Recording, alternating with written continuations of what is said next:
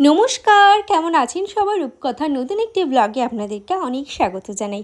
আপনারা অনেক দিন ধরে আমার কাছে একটা জিনিস জানতে চাইছিলেন যে দিদি তুমি ভিডিও কিভাবে শ্যুট করো এবং কিভাবে অ্যাঙ্গেলগুলো নাও। কি বলো তো, আমার কাছে যেহেতু একটা ফোন, সেটা আমি তোমাদের অনেকবার বলেছি, তবে আমি চেষ্টা করি আমার কাজটাকে প্রেজেন্ট করে তোমাদের সামনে খুব ভালোভাবে প্রেজেন্টেশন করার। তো সেইভাবেই কিন্তু আমি ভিডিও শ্যুট করি এবং ভিডিওতে তোমরা যাতে বোর না হও সেজন্য কিন্তু ভালোভাবে এডিটিংটাও আমি নিজে নিজে শিখেছি, কেউ কিন্তু আমাকে শিখিয়ে দেয়নি। তোমরা আমাকে অনেকেই বলেছো দিদি তুমি কি এডিটিং করার জন্য কোনো প্রফেশনাল অ্যাপ ইউজ করো? না গো, আমি কোনো রকম প্রফেশনাল অ্যাপ ইউজ করি না এবং টাকা দিয়ে কেনাও অ্যাপও আমি ইউজ করি না। আমি সিম্পলি ইনশটটা ইউজ করি, যেটাতে আমার খুব সুবিধা হয় এবং থাম্বনেলও কিন্তু আমি সেখান থেকেই বানাই। নিজে ফ্রেশ হলাম, মাম্মামকে ফ্রেশ করালাম, তারপরে আমি ওপরের ঘরে চলে এসেছি। ভাবছি আজকে ওপরের ঘরটা একটু ক্লিন করে নিয়ে তারপরে নিচে যাব ব্রেকফাস্ট বানানোর জন্য। আর দেখুন হাজব্যান্ড এখানে সেই প্যান্টটা রেখেছিল, তো ভিজে গেছে, তো ওটাই বসে বসে ভাবছিলাম যে কি হেয়ার ড্রায়ার দিয়ে শুকিয়ে দেবো কি না। তো ভাবলাম ঠিক আছে, ওটা পরে করব, আগে আমার যেটা কাজ সেটা আমি তাড়াতাড়ি করে নিই। আজকে যেহেতু বৃহস্পতিবার, পুজো করতে অনেকটা সময় যাবে, সেই জন্য ভাবছি টুকটাক ধুলোগুলো ঝেড়ে নিয়ে তারপরে আমি যাব। রুবিনা আমাকে কমেন্ট করেছে, কেমন আছো রূপকথা, আজকের ব্লগটা খুব ভালো লাগলো। আর কাঠের উনুনে তোমার মা রান্না করে দিল মাংস, খুব ভালো লাগলো। জানো তো রূপকথা, সত্যি এখন আর কেউ কারোর কথা বলতে চায় না গো। আমার কোনো বন্ধু নেই কাউকে মনের কথা বলবো। বন্ধু অনেক আছে, নিজের মতন করে এখনও খুঁজে পেলাম না। সত্যি গো, বন্ধু হচ্ছে একটা ভাগ্যের ব্যাপার। অনেকে বলে না আমার বন্ধু ভাগ্য নেই, তো আমি বলবো বন্ধু ভাগ্য নেই, ভগবান হয়তো কোনো দিক থেকে ভালো চেয়েছেন বলেই হয়তো তোমার বন্ধু ভাগ্যটা নেই। জানো তো, বন্ধু ভাগ্য যাদের আছে তারা তো লাকি, আর যাদের নেই আমি বলবো নিজের মনের কথাটা না ঠাকুরকে মনে মনে বলে দিও, তো দেখবে মনটা অনেকটা হালকা হয়ে যাবে এবং তোমার সমস্ত রকম অপমান, লাঞ্ছনা, বঞ্চনা সমস্ত কিছু তুমি ওই ঠাকুরের চরণে দিয়ে দেবে। দেখবে এর থেকে শান্তি বা মন হালকা করার মতন আর কিছুই নেই। ওই উল্টো দিক থেকে ফিডব্যাক ঠিকই আসবে। আমরা বন্ধুদের সাথে কথা বলি আর উল্টো দিক থেকে ফিডব্যাক পাই, একটু মনটা ঠান্ডা হয়। ঠাকুর কিন্তু ফিডব্যাক কিন্তু আমাদের কর্মের মাধ্যমে ফিরিয়ে দেয়। তো বলবো বন্ধু নেই মানে এমনটা ভেবো না যে তোমার শেয়ার করার কোনো জায়গা নেই। থ্যাংক ইউ রুবিনা, এইভাবে আমার পাশে থেকো। সিদ্ধিতা গাঙ্গুলি আমাকে কমেন্ট করেছে, দারুণ লাগলো রূপকথা, প্রত্যেক দিনের মতন অনেক দিন পর কমেন্ট করলাম, মাম্মাম আর তোমাকে অনেক ভালোবাসা। তো থ্যাংক ইউ দিদিভাই, এইভাবে আমার পাশে থেকো। দ্য ওয়াক অ্যাকাউন্ট থেকে দিদিভাই আমাকে কমেন্ট করেছে, অনেক অনেক অনেক ভালো লাগলো তুমি আমার কমেন্টটা পড়লে, আজকের ব্লগটা দারুণ, আমার নাম নিতশ্রী। তো হাই নিতশ্রী, কেমন আছো অবশ্যই কমেন্টে জানিও।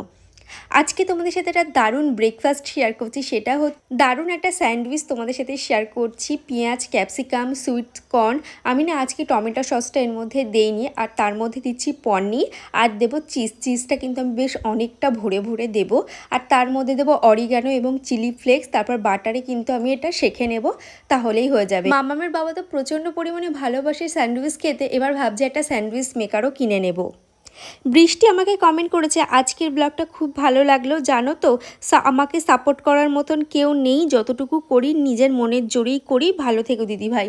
যদি তোমাকে কেউ নিঃস্বার্থভাবে সাপোর্ট করে তারাই কিন্তু শেষ পর্যন্ত তোমার থাকবে, আর তুমি যদি সাপোর্ট আশা করো কারো কাছ থেকে, তারা দুদিন সাপোর্ট করবে, তারপরে কিন্তু যে যার কাজে ব্যস্ত হয়ে পড়বে।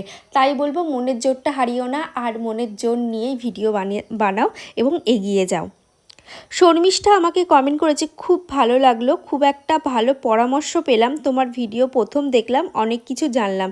তো থ্যাংক ইউ শর্মিষ্ঠা, এইভাবে আমার পাশে থেকো। দেবী আমাকে কমেন্ট করেছে, ভিডিওটা দেখলাম আগের মতন, আজকের ভিডিওটা দারুণ হয়েছে। তো থ্যাংক ইউ দেবী।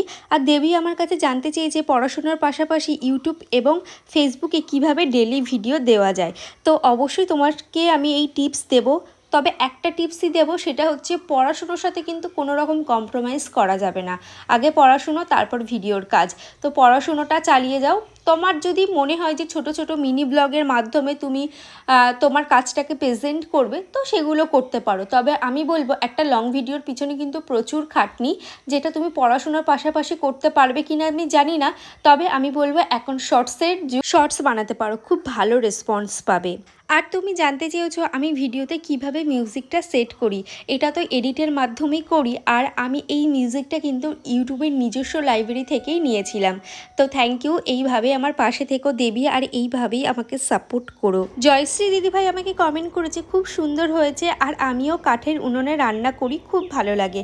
হ্যাঁ গো, তবে আমাদের আগে কাঠের উনুনেই রান্না হতো, তবে এখন আর হয় না। আমি যখন শ্বশুরবাড়িতে আসি তখন কিন্তু আমাদের গ্যাস ছিল না। আমার বিয়ের 5 বছর পর গ্যাস আসে।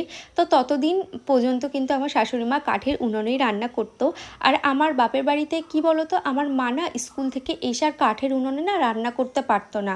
ওখানে গরমের মধ্যে কাঠের উনুনে রান্না করে বাড়িতে এসে মা গ্যাসেই রান্না করতো। তবে এখন যখন আমি মাকে বলি, টুকটাক কিন্তু মা চিকেন টিকেনগুলো আমাকে কাঠের উনুনেই বানিয়ে দেয়। শিরিন আমাকে কমেন্ট করেছে সব মিলিয়ে খুব ভালো লাগলো দিদিভাই। সোনালী মণ্ডল আমাকে কমেন্ট করেছে খুব ভালো লাগলো। এদিকে সাথী আমাকে কমেন্ট করে, দিদি তোমার কথায় আমি আবার নতুন চ্যানেল খুলেছি, জানি না আমার মনের ইচ্ছাটা পূরণ হবে কি। আমি একটা কথাই বলবো, কারোর কথাতে নয়, নিজের মনের শক্তি, নিজের ইচ্ছা শক্তি এবং পরিশ্রম করে যাও, একইভাবে করে যাও, দেখবে তোমার সফলতা কেউ আটকাতে পারবে না। আর এইভাবে মনোযোগ দিয়ে ভিডিও বানিয়ে যাও। আর তোমরা আমাকে এতটা সাপোর্ট করো, এতটা ভালোবাসো, থ্যাংক ইউ সো মাচ। এইভাবেই আমার পাশে থেকো। রিনা আমাকে একটা স্মাইলি ছবি দিয়েছে, তো থ্যাংক ইউ রিনা, এইভাবে আমার পাশে থেকো। আর মনন্দি আমাকে কমেন্ট করেছে খুব ভালো, তো থ্যাংক ইউ, এইভাবে আমার পাশে থেকো। দেখো একটুখানি গাছ এনেছিলাম, আর দেখো গাছটা কতটা ঝাঁকড়া হয়ে গেছে। আর আমি সমস্ত এই জলের বোতলগুলিতে জল ভরে বাসনগুলো মেজে নিচ্ছি, তারপরে যাব ওপরে। আজকে তাড়াতাড়ি করে রান্নাটা করে নিলাম, তার কারণ হচ্ছে আমি পুজো দিতে যাব। আর দিন শেষে আমার শান্তির জায়গা বলতে এই যে আমার ঠাকুরঘর এবং আমার রাধা মাধব। এখানে আসলে কখন যে সময়টা কেটে যায় সত্যিই আমি বুঝি না। তারপরে এখানে আমার জায়ের ছেলে এসেও বসেছিল, আর এদিকে না ফ্যানটা চালিয়ে নিয়েছি, তা নাহলে না গরমে একদমই বসা যায় না, মন ঠান্ডা করে পুজো দেওয়াই যায় না। মহাদেবকে খুব ভালো করে স্নান করিয়ে নিয়েছি, আর পুজোটাও দিয়ে নিয়েছি। আজ আসি তাহলে, টাটা।